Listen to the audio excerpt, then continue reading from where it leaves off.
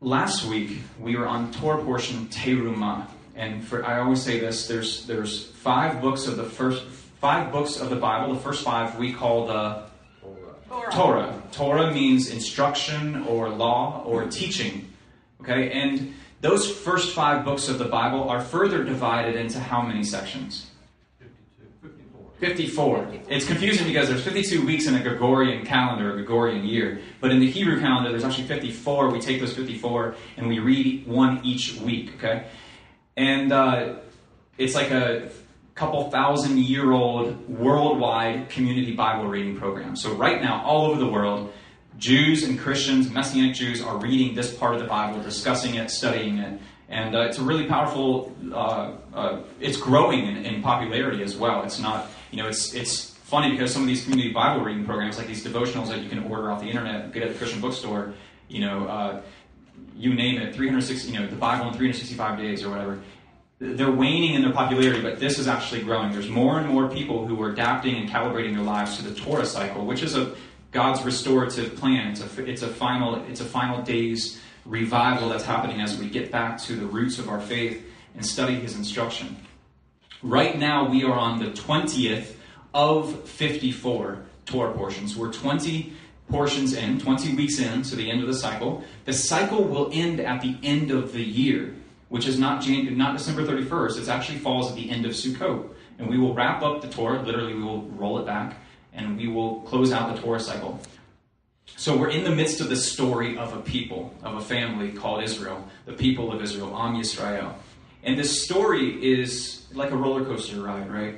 They have ups and downs, they make mistakes, they grumble. We don't do any of that stuff, though. But Ephesians 2 and Romans 11, like I was talking to Lisa earlier, she was bringing this up. That's language that we are grafted into this family. We're partakers of this story now. This is our ancestry, as much as it's, any Jewish person you ask, we are there. We're walking alongside this story now. We join this narrative now about the people of Israel.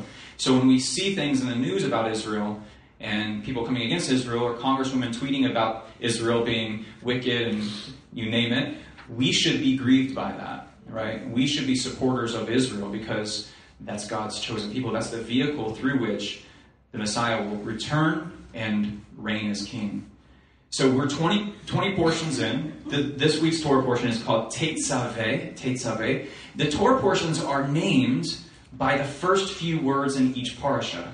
Okay, so if you were to read this in Hebrew, it would say, you are to Tetzaveh. You are to order the people of Israel. Because there wasn't any chapter or verse markings, there aren't any chapter or verse markings in a Torah scroll. The Torah that Yeshua would have read, the Bible that he would have studied, was divided up by those words. They were key words that were to aid you in the memorization of Scripture. I was talking to Bob last week, and he inspired me. He said, I would like to know how you study the Torah portion each week, and how you prepare to teach the Torah portion. And I was like, I don't think anybody's interested in that, but it's like, I think that would be really interesting. So that's what I did this week. I made a mental note as I went throughout my week, what I did to prepare for this teaching. So I'm going to teach you about the Torah portion. Well, I'm going to teach you how I teach the Torah portion. That makes sense? And here's the thing. Our faith is all about equipping each other to be able to teach the Word of God. And there's not many circles, not many faiths that do that. But our faith is unique in that we should be able to, in a moment's notice, stand in front of a group of people and be able to expound upon, teach, and explain the gospel to the people around us in a public setting. As scary as that sounds, there's actually people who would rather die. This is the truth. I took a public speaking class at college. There's people who would rather die than stand up in front of people and talk. And and you might be one of those. Mental note to call on you next week. Brenda does not show up next week because. Move up a little bit closer here. So I was thinking about it. And I was like, yeah, that's actually not a bad idea, because as we grow as a community and as we mature as a community, I will be looking to people in this room to come up and teach in my stead. Because, for instance, next week I'm going to be in the kids' room and Bill's going to fill in for me. And every 5 weeks, I'm committed to be in the kids' room or go out of town or whatever the case may be. And it is incumbent upon all of you to be able to study the Torah portion each week and stand up and expound upon it. And that's not a lofty expectation or anything. That's just something that we as believers need to be able to do. It's important for you to be able to teach it to your family. That's a commandment. That's a mitzvah to be able to teach it diligently to your family, so that they may do it, they may internalize it. So today is I'm trying to get into doing this every week. Today is the 11th day of the month of Adar in the year 5779. You're like, whoa, what does that mean? Well, on the biblical Hebrew calendar, we're in the month of Adar, Adar 1. It's the 11th day, and we're in the year 5779. Okay? That's how many years have passed since the creation of the world. Okay? And if you can even break that down, there's 6 days before Shabbat, and the 7th day is a Sabbath. And that's a very Jewish understanding of the date. There's going to be 6 millennia. The 7th millennia will be a Shabbat. It will be a Messianic era, a full rest time. Okay? So I don't know if that's true or not. It's interesting to speculate. But we're in the year 5779. Okay? So this week's teaching is more or less entitled How I Study to Teach the Torah Portion Each Week. So I'm going to take you chronologically through my week and show you how I prepare to teach for the Torah portion, okay? How I prepare to stand up, okay?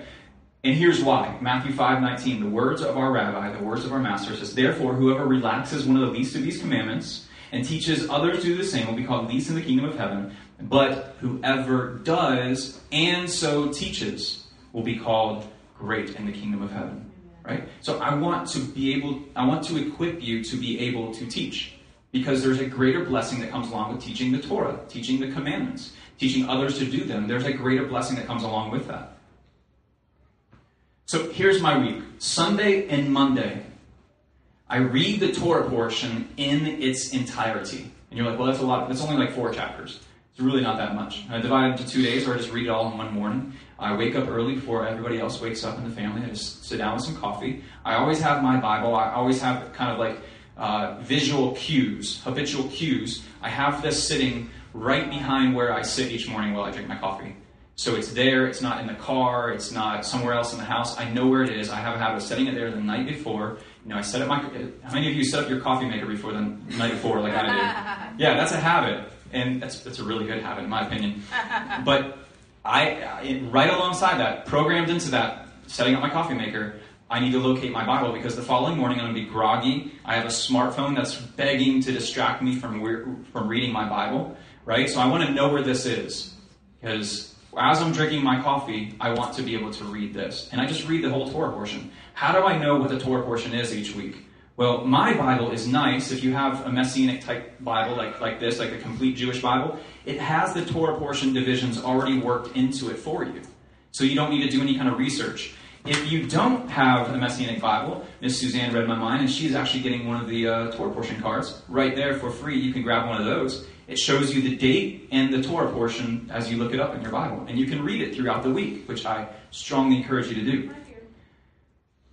You can also go to First Fruits of Zion, FFOZ's website, which I always put in the weekly email when I send it out on Wednesdays. I put that link in there, so you can click on that blue link, you can open it up, and you can see what the Torah portion is, and you can even read some of the commentary on it. And as I'm reading it, here's what I do. So I'm reading the Torah portion, and if I see something that strikes me odd, that seems like the translators had a really difficult time translating that word or that phrase, I make a note of that. I underline it. Or I just make a mental note of it. I call it a textual oddity. Because I can tell that the translators kind of stumbled over that passage a little bit. And they didn't really know. For instance, look at, I'm going to steal Tuesday. I don't want to get ahead of myself, but here's what I do Tuesday. I have that textual oddity. I have that, okay, I want to digest this. I want to dissect it a little bit and open up this textual oddity. Let me give you an example of a textual oddity that I'm talking about. Let's open your Bibles to Exodus 28:4. Exodus 28:4. As I was reading Sunday, this is the first oddity that I came to in the text. 28:4. Here, let's back up to 28:3. Exodus 28:3. Right there? Speak to all the craftsmen. In Hebrew, that's actually chomei lev, the wise-hearted. to whom I have given the ruach of wisdom, the spirit of wisdom, and have them make Aaron's garments, Aaron is the high priest, right, to set him apart for me, so that he can serve me in the office of the priest, or the Cohen. The garments, here's the verse I'm talking about. The garments are to make are these. Number 1, a breastplate. Number 2, a ritual vest. Number 3, a robe. Number 4, a checkered tunic. And number 5, a turban and a sash. The word that struck me, what strikes you odd in that? Sash. The sash, yeah. The checkered tunic, yeah. I picture like flannel or like a picnic table, like tablecloth, you know? Mine says woven. Yeah, that's one of the things I do is I go to BibleHub.com, which you see a screenshot of up there.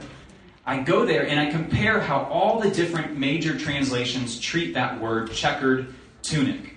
And I can tell that they all have no idea what a checkered tunic is because they're all translating it different things. What do you all for tunic? What do you have, Bill? Mine has a box-like knit. Wow. Oh, interesting. So like flannel. Just a stone. Oh, interesting. Okay. Anybody else have something different? Woven. What is it? Woven tunic. Woven tunic. Okay. Any other variations there? Embroidered long shirt. Embroidered long shirt. Sounds like what I used to sleep in as a kid. Pajamas. Embroidered coat. Okay. Do you guys see how wide the variations are in the text? That's what I call a textual oddity.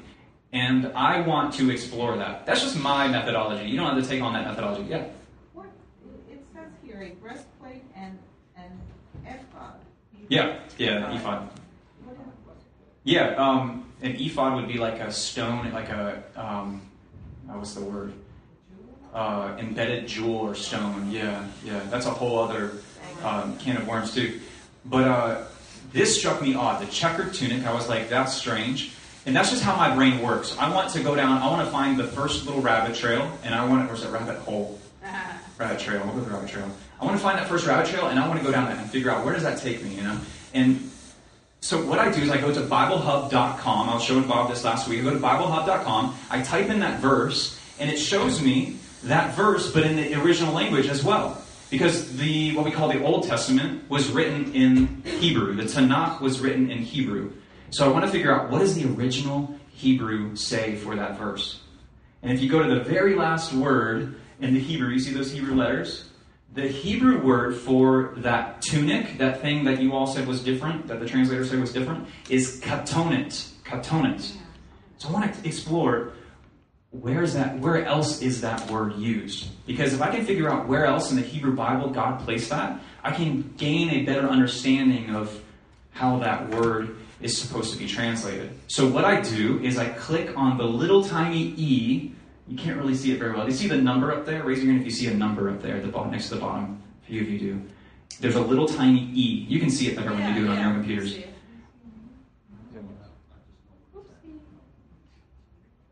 Oh, sorry. Can you see a little better in the bottom right-hand corner? Yeah. That E is going to take me to every time that Hebrew word is used in the Hebrew Bible. Okay, in the Tanakh. Every time it's used. You know what I heard So- when I Okay. Go ahead. when we were talking about this last night, but Yeah. the thought came to me. I wonder if possibly the coat of many colors was this coat.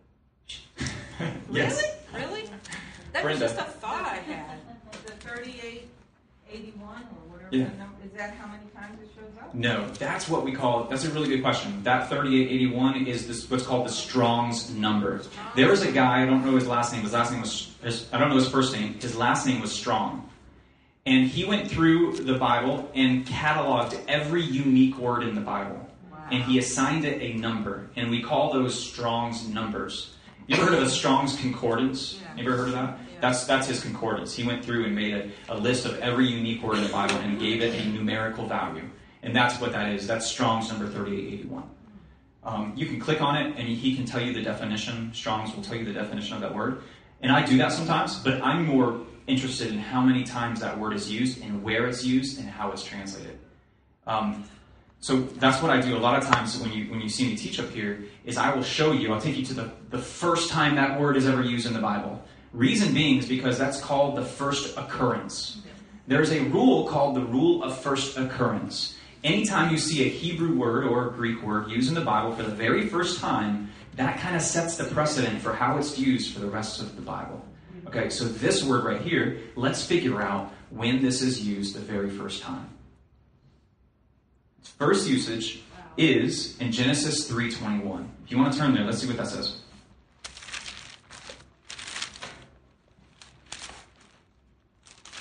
So Genesis 3, that should take you, your mind should go to Adam and Eve. Bad things have happened. Right, Genesis 3:21. Say the very least, bad things have happened. Genesis 3:21. Yeah. And it says, Adonai God made garments of skin. That word there, garments, is a katonet. Katonet. He made for them, each for them, a katonet. So the same thing the high priest is going to wear is the same thing that God made and gave Adam and Eve. The next usage, let's go there. Genesis 37. Genesis 37. I have a question. Yeah. Mine says coats of skin. So is this word just for coats? What do you know what the next word for of skin is? It's probably basar, of flesh. Basar. Yeah. Genesis 37, let's go there. What's happening in Genesis 37? We're in the middle of the story about a man named Joseph. Yosef, one of the most, one of the clearest pictures and typologies of Messiah that we have in the Bible is Joseph. So many parallels between Messiah and the life of Joseph. So Genesis 37:3, let's go there. Now Israel loved Yosef the most of all his children, because he was the son of his old age. Jacob was 91 at this point. And he made him a, what does your Bible say? Coat of many colors, a long robe. Any other? Long sleeve tunic. A long sleeve tunic. Okay. You see the variations there? We're not really sure. That word there is a katonet. Pasim. Katonet pasim. See the linkage there. So the very first time we see this is in Adam and Eve are given a katonet by God himself. And then Jacob is given a katonet by his father. And it's not only a katonet, but it's a katonet pasim. What does pasim mean? So I want to explore this a little bit further. Do you guys like the rabbit trail we're going down so far? Isn't this interesting? Welcome to my brain.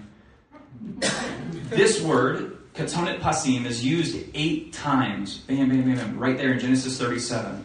And it's not used again until Exodus 28, what we just read. So I'm seeing a clear linkage here. I'm thinking, okay, this is a special article of clothing, right? This isn't just any old... So let's go back to Exodus 28. Let's reread Exodus 28:4. And then I want to ask you some questions. 28:4.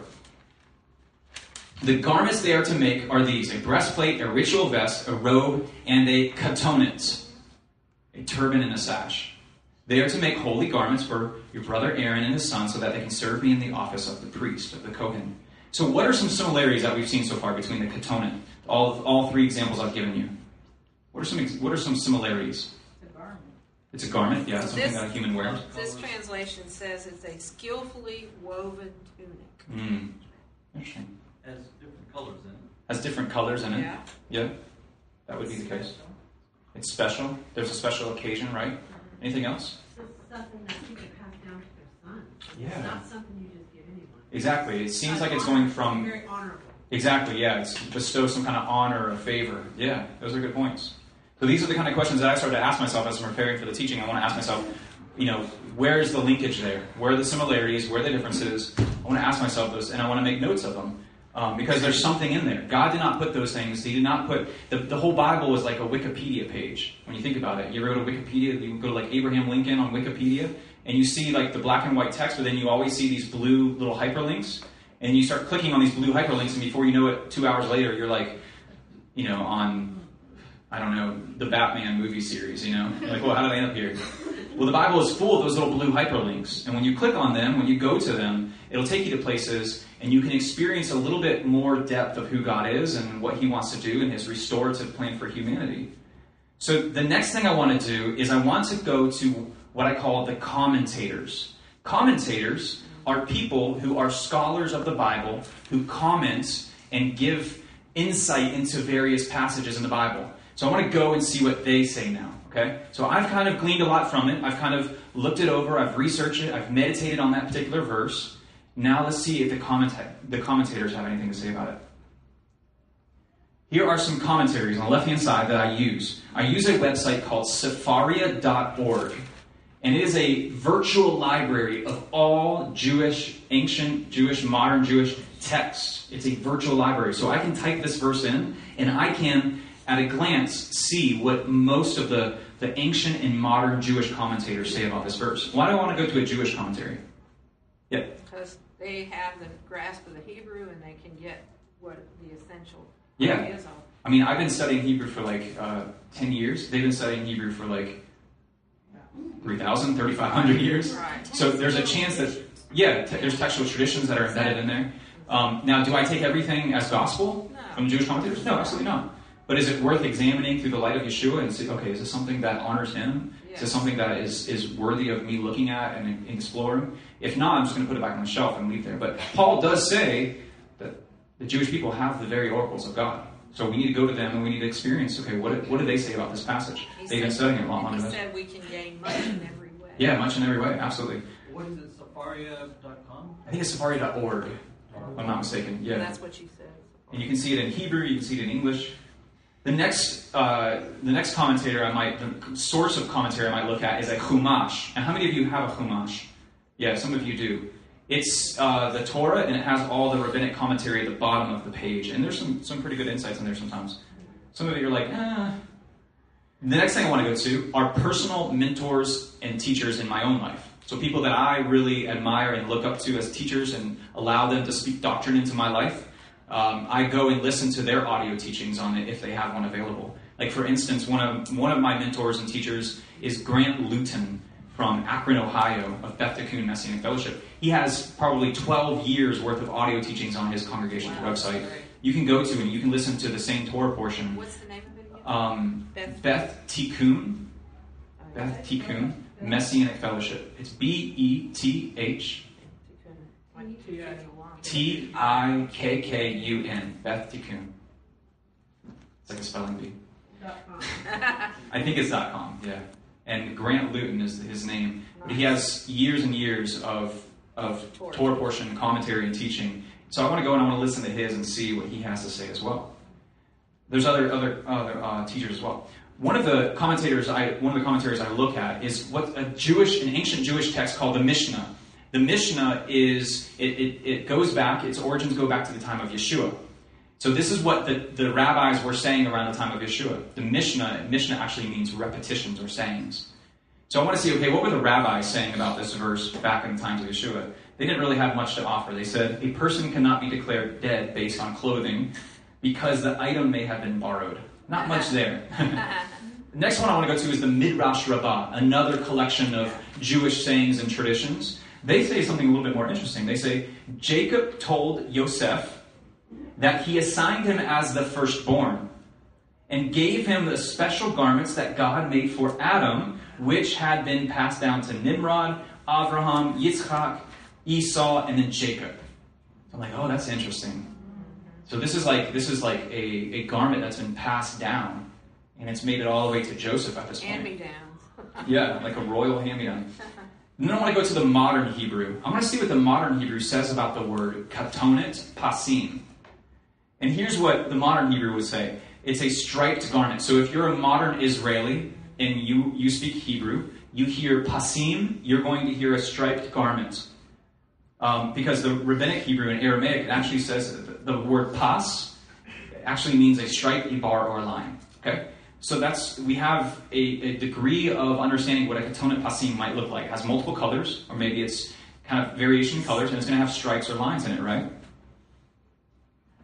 So here's some more commentary from Wendy Angel about the katonet pasim. She says, it was not merely an extravagant gift, a token of his father's affection. It symbolized a status, perhaps marking Joseph as his father's heir. So Joseph was number 11, right? In the birth order? Yeah. By Jacob giving him this coat, he promoted him to number 1. I mean, no wonder his brothers hated him so much. It wasn't just this coat. Here's a nice coat. Like I bought this for you at JCPenney. That wouldn't incite them to want to murder him. But what it was is like, here I'm tagging you now as my firstborn. You are going to be the heir of everything. And that would incite them to anger and to hatred and murder. Yeah. When I was reading all this, a lot of the commentaries and whatnot talk about how the priestly garments were regal looking, it looked like royalty, blah, blah, blah. Yeah. And then I'd read others at other times about Joseph's coat looking very regal. And that was part of what provoked the angst with the brothers, is because it was, like you said, it was promoting him to a higher level, like ruling over, like a ruler. Yeah. I remember I went to a thrift store yesterday with Stacy, and I bought Eli a little BB-8 lunchbox. I bought Noah what did I get him? Like a Star Wars trivia game or something. And I came home with those gifts, and I wanted to give him those gifts. And right away, one started saying, "Oh, I didn't get this. Like, you didn't get me." It's like just that level right there at that age. Like, brothers just have this, sisters are that just this automatic propensity to want to quarrel with another and find sources of jealousy. Right? That's just how brothers work. Here's First Chronicles. So now I want to figure out, is this true? Does the Bible bear this out in terms of like Joseph being the firstborn? First Chronicles 5, 1-2 says, "And the sons of Reuben, the firstborn of Israel, for he was the firstborn. But since he defiled his father's bed, his birthright was given to the sons of Joseph, the sons of Israel. Yet not so that he was to be reckoned in the genealogy as firstborn, for Judah prevailed above his brethren. And of him came he that is the prince, but the birthright was Joseph's." So even the Bible bears that out, that Joseph became the spiritual heir of all of his father's, all his legacy, his father's legacy. So what I do now is I took this a lot from my education classes that I took. I like to create a lesson based on 4 letters, and the word is EATS, E-A-T-S. So a lot of times when you experience me teaching you something about the Bible, you will see that EATS model. E stands for essential question. A stands for access prior knowledge. Remember I do the Parsha quizzes sometimes with you guys? I want to figure out what you know about the Parsha. And I want to encourage you and build confidence in you before I teach you something new. The T stands for teach you something new. I'm going to teach you something now. Then the S stands for summarize and assess. So I got essential question. I'm going to access prior knowledge of you. I'm going to teach you something new, and then I'm going to summarize that something new. Okay, that's a very standardized lesson plan that teachers use in the education world, and I use it here on a regular basis as well. So my essential question for this week's Torah portion is: what is the significance of the Ketonet Pasim that the high priest wore, that Joseph was given, that Adam and Eve were given? What is the significance of that? So here's the summary so I want to tie it all back to this summary right here. The Ketonet Pasim is a striped robe. From what I can tell, it was given to the firstborn, or someone who should be the firstborn, in order to show favor, royalty, priesthood, and it is an article of clothing which sometimes creates hatred or death for the one wearing it. Everybody, does that jive with everybody? Yeah. I mean, that bears out in the narrative of the story, right? And the different stories we have. Yeah. The Ketonet Pasim is a very, very special garment.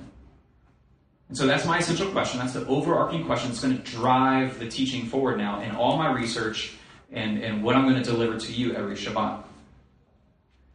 What about Yeshua's robe? Oh. Okay. Here's Midrash Rabbah. You see what tree I'm barking up, right? And he made him a coat of many colors. This is the Midrash Rabbah. This is a collection of ancient Jewish writings and sayings. This is so interesting. A man must not make a distinction among his children, showing him favoritism. For on account of the coat of many colors, which our ancestor Jacob made for Joseph, they hated him. The sages basically are saying, don't show favoritism to your sons because it will turn into a civil war and they'll hate each other. That's what they're saying. Be careful. So the word pasim, they say, indicates that it reached as far down as his wrists. It's called pasim because they cast lots for it. Who cast lots? The brothers of Yosef did. So it gives me a little bit more insight here. There's a connection here. And one of the things I always pray and I always look for as I'm preparing to teach you about the Torah portion is, where is the gospel in this parsha? Because it's my job to always, every week, I feel like, as I'm teaching you the word, to teach you about the gospel, to bring it and circle it all the way back around to the work of our Messiah. Amen? So, if that is the case, around Wednesday, here's what I ask myself. Where is the gospel of Yeshua in this Torah portion? Okay, we're going to go through some verses kind of quick here. Okay, let's actually parse these out for the sake of time. Colossians 1:15. Yeah. Oh, absolutely. Flipping back one more time, just really quick. Okay. Okay. And I can email this to anybody if you'd like. Just let me know. Yeah. Thank you. Yeah. Sometimes I see people take pictures of it. Just know that you can come up to me later. As long as you give me a piece of paper with an email address on it, I'm happy to send it out to you. You just have to mow my lawn, that's all. I'm just kidding. Something that I learned this morning when I was studying this, it was talking about that the garments of the priests, that they had to wear them. This is during the time of the tabernacle, so it was portable. They could put it up, Yeah. get down. They had to wear those garments when they were putting up the tabernacle and when they were taking it down. Oh, interesting. Because it's holy work. Yeah, it is. Yeah, But I never touching thought holy about that articles. before, because I think of that as more like construction work. Yeah. But they had to wear the Well, it's like a holy service, garments. yeah, absolutely. Yeah, and I mean, for those who are new DMF, you're welcome to chime in. Just shoot up your hand or just interrupt me. I like hearing from other people. It's not just a spectator sport. You're welcome to chime in. I think we all learn a lot more when we all involve ourselves in the discussion as well. But let's go to Colossians 1:15. Who wants to take Colossians 1:15? I'm going to put you all to work here. Okay, thanks, Joy. Luke 2:52. Who wants to take Luke 2:52? Yeah, thanks, Greg. Revelation 19:16. Who wants that? Go ahead, Jacob. And then Hebrews 7:13 to 17. Who wants that one? Yeah, thanks, Aaron. Isaiah 53:5. Bill. Psalm 22:18. Bob. And then Mark 15:24. Thanks, John. All right, so you guys find your verses. Who's got Colossians 1:15? Okay, Joy, go ahead and sing. Read it loud and proud. I have a new Bible, and it is so hard for me to maneuver in this thing. I'm going to go back to mine like you have yours. I'm very, very, very close to it. Yeah. It is tough when you switch your new Bible and you're like, what's happened? What's the meaning of life? Colossians 1:15. Yeah.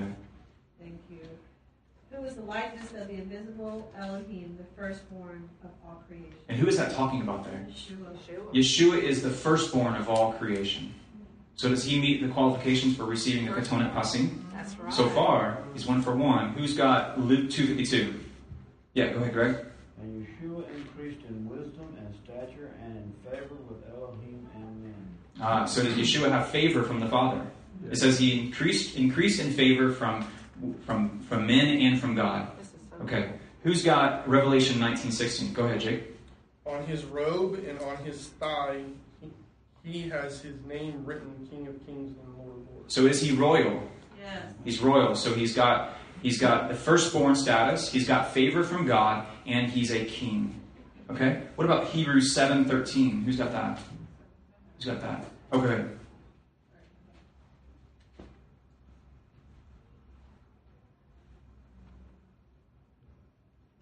The one about whom these things are said belongs to another tribe, from which no one has ever served at the altar. For everyone knows that our Lord arose out of Yehuda, and that Moshe said nothing about this tribe when he spoke about Kohanim.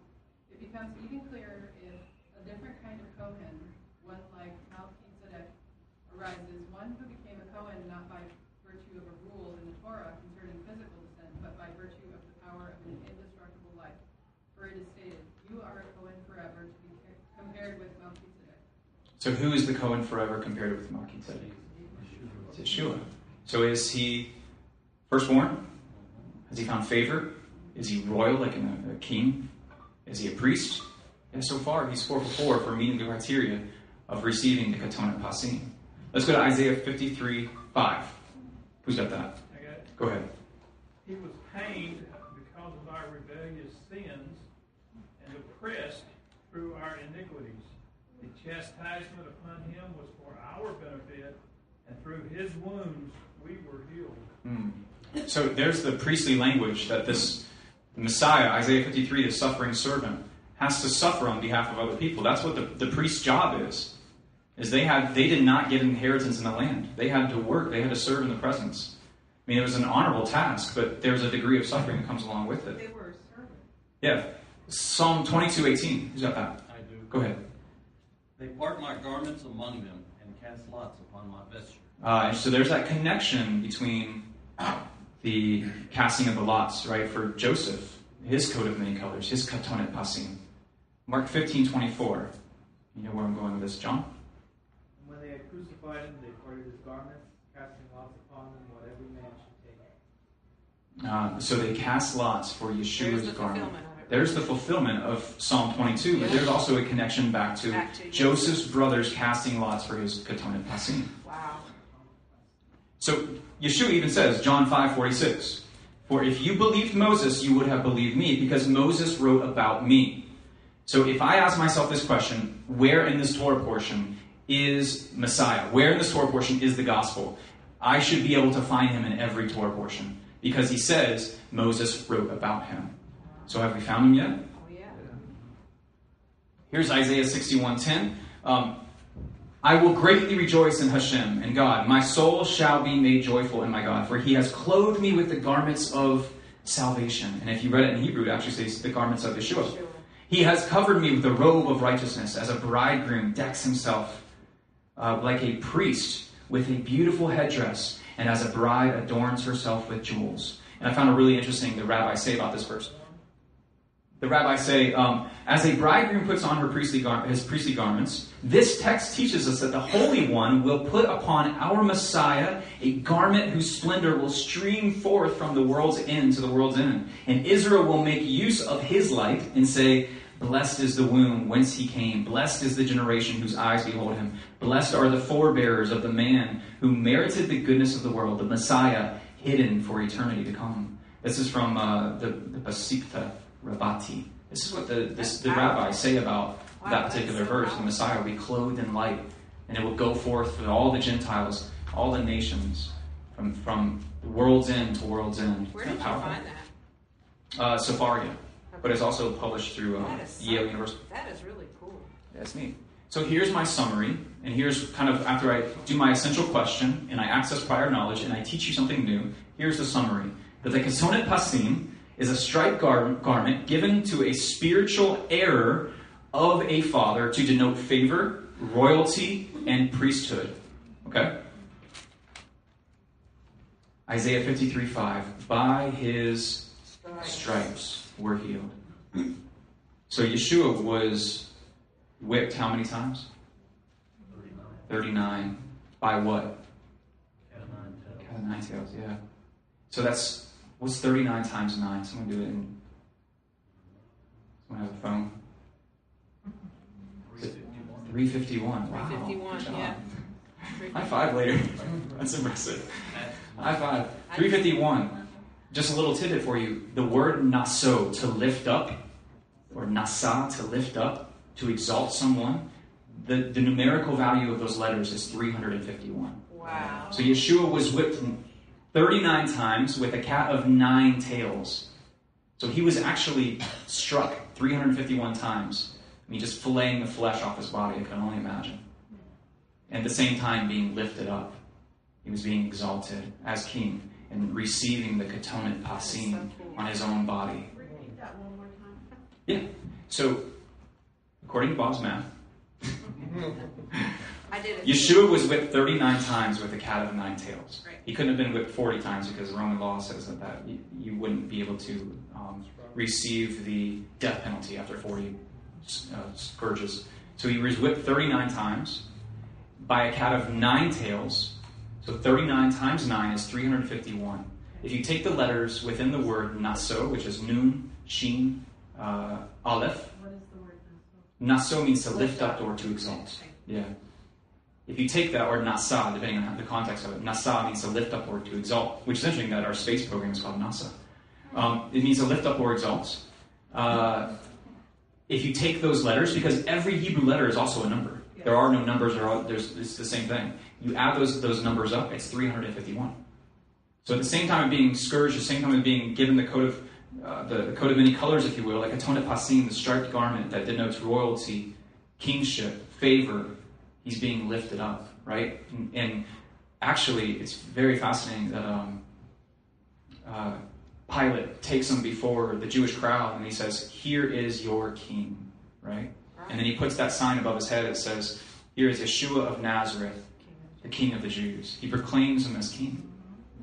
He's being lifted up by the superpower of that day, right?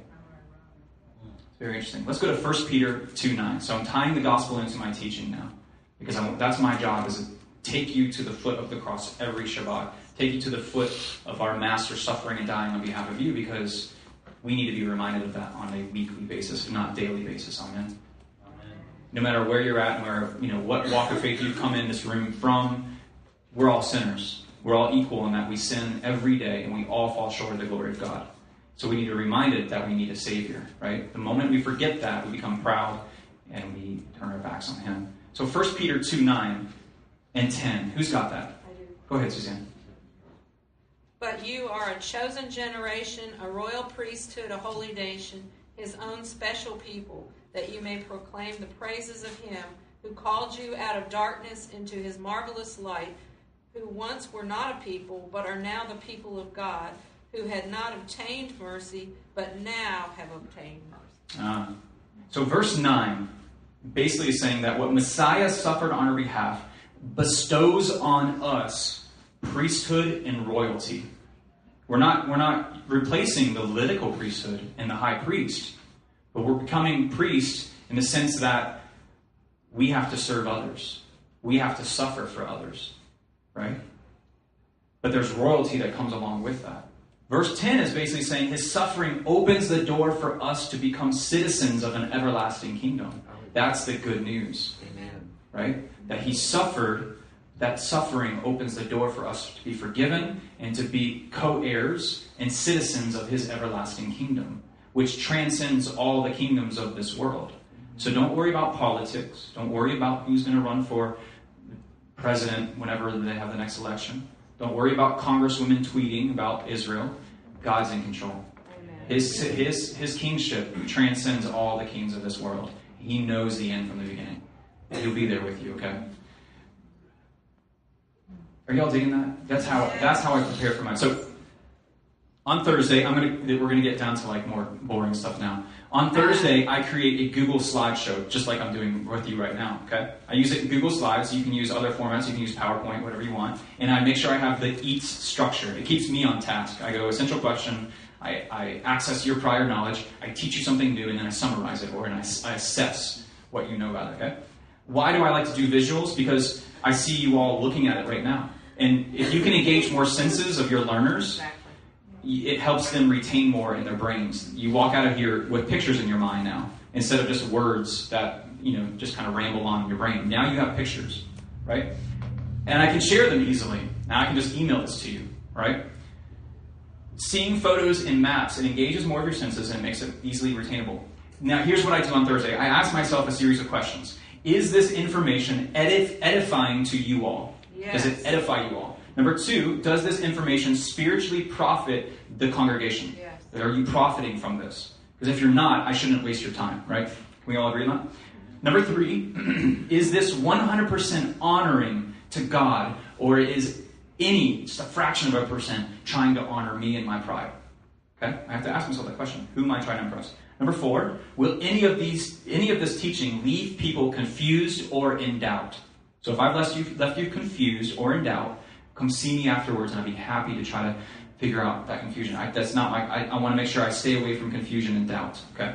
Number 5, can I defend this teaching as true?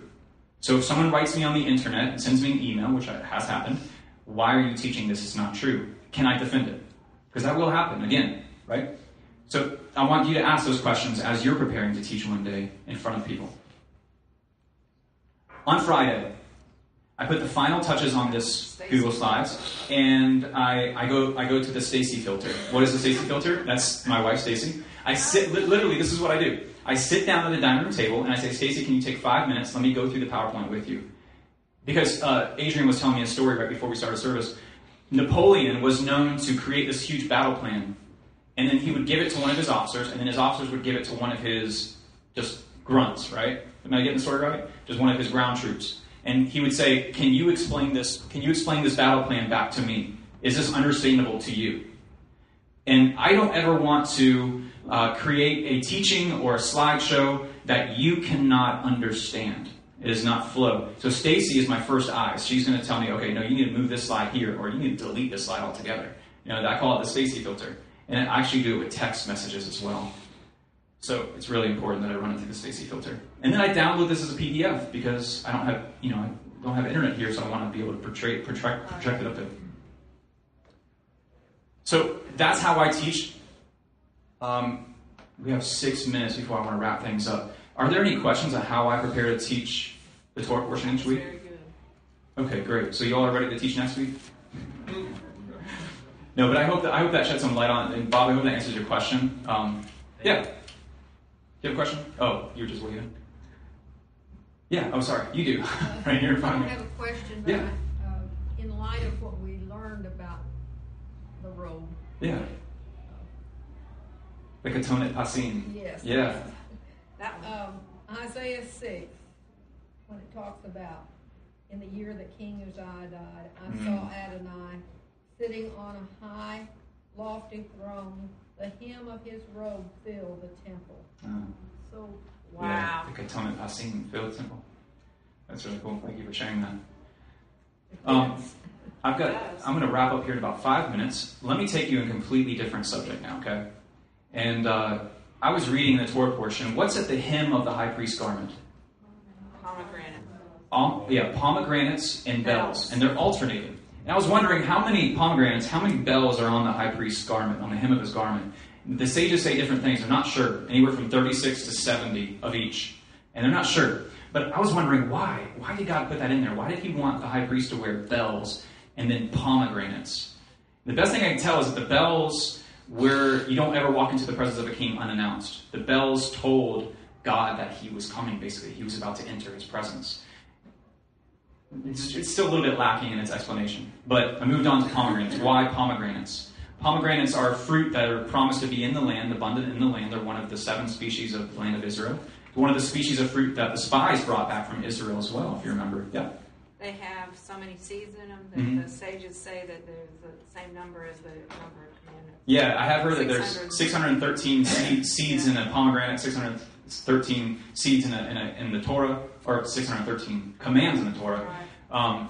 It's more of an illusion than it is supposed to be taken practically. But the pomegranate, all throughout Jewish understanding of pomegranates, is seen as a picture of the Word of God. And when someone fully embodies the words of God and internalizes them. So here's the high priest wearing all these pomegranates around the hem of his garment, and he's walking in with these bells. But here's a zoom-in picture. So the Temple Institute has actually recreated this garment. And this will be worn by the high priest when the temple is rebuilt. This is a zoomed-in picture of what that looks like. So they've done all this research and figured out how do we remake the priest's garment. This is the Ketonet Pasim that has the bells and the pomegranates sewn into the bottom of it. And they're actually yarn, they're actually hollow pomegranates in there. So 1 Kings 7:18 and 7:40-43, I'm not going to make you go there, but basically, and 2 Chronicles talks about the rebuilding of Solomon's temple, or the building of Solomon's temple, I should say. There are pomegranates all over Solomon's temple. There's around 400 pomegranates just in the building itself. Wow. Built into the building, on the building, engraved in the walls of the temple, Solomon's temple. You know those big columns that are in the front of the temple? In Solomon's temple, the tops of those are actually pomegranate flowers. They're all over. And actually, if you go to these verses, it'll tell you there's 400 pomegranates. I'm not just getting that from nowhere. I'm not just getting it from the sages. It actually says it in the Bible. Yeah. When you go to Israel, you can walk around, and there are pomegranate trees everywhere. At a certain time, they bloom, and it's so beautiful. So a pomegranate symbolizes a fruit with the unselfish desire to grant further blessing into the world without being too concerned with itself. Because there's not much fruit there, right? It's all just seed. When you break, I wanted to bring a pomegranate today. When you break that pomegranate open, it's just a big clump of seeds, right? Very little fruit. So it bears much fruit, or it bears many seeds, I should say, but is not showy about it. It doesn't look like a super appetizing thing from the outside, right? It's actually hard, leathery skin. It shields its flower beneath a series of a six-petaled, I don't know what you call it, the sepals. The sepals of the flower. It's actually not the petals. It's interesting, and that's why I believe that God worked that pomegranate into the temple 400 times and then at least 70 times on the high priest's garment. So I was in Israel in September, and this is me in the garden tomb where they suppose that Yeshua was buried in rows. Okay, this is just north of the old city of Jerusalem, right outside the Jaffa Gate. You can go to the garden tomb and you can walk around. In this tomb, it's actually a botanical garden, and they have pomegranate trees and olive trees growing. Here are some of the young pomegranates growing on this tree. So I was like, oh, that's so cool. You know, I've never seen a pomegranate tree up close. Yeah. Back to the picture of in the robe that you said there were pomegranates in those knitted. No, they were just knitted pomegranates that were hollow inside. But they were actually like just knitted pomegranates made out of yarn. The yarn thing was represented pomegranate? Yes, yeah, exactly. So this is one of the pomegranate trees that I walked up to, and I was like, oh, that's so cool. When I turned it upside down, I was amazed. This is my hand in the photo. This is me holding the photo. What do you see? The Magen David, the shield of David. 400 times in Solomon's temple, we see the Magen David. I saw Elisa back there you have a necklace. You might not have known where that came from. I knew where it came from. Okay. Well, when you see the Magen David, the flag of Israel, when you see that, it's a direct connection back to the high priest walking around in the temple. It's a direct connection back to Solomon's temple. 400 times it would have been present in Solomon's temple. This is a symbol of God's word when people internalize it. It's a symbol of righteous who are not showy about it. So it's interesting. I hope I clear up any questions about where you... Can you go back to that slide where you were talking about it symbolizes what it... Yeah. I'd be happy to send this to any of you as well. Isn't that neat? There's nothing by chance, nothing by coincidence in the Word of God. Well, we're going to close in prayer unless anybody has any more insights to add. We're out of time, and I'm sure Mary's duct taped up in there. Kids. Anybody have any other comments, suggestions, complaints? So, Yeah. The Torah portion, you're connecting with the New Testament. Yes. That is awesome. Well, it has to. Right. I mean, in the road to Emmaus, Yeshua is walking with these two disciples, right? And it says that he explained from the Torah and the prophets how they pointed to the fact that Messiah had to suffer and die. So as he's walking alongside these guys, they don't recognize him. He says he opened up the Bible to us, basically. And then when they realized who it was, it says their hearts burned inside them because he was walking. Yeah, it's the whole thing from front to back is just pointing at him and his redemptive work. People don't, I guess they don't read the New Testament either. Yeah. Not usually, although there are some that do. There are some that study it. And right now, there is a, would you call it an explosion or a revival, at least within Israel itself, of people coming to faith in Messiah and seeing it. And that ties into the story of Joseph's brothers. When they came to him, there was a supernatural opening of their eyes to his true identity. Yeah. And right now, there is a supernatural, Paul calls it a supernatural blindness, keeping them from being able to see who Messiah is. But he says when they do, he says when, it will be as if life from the dead.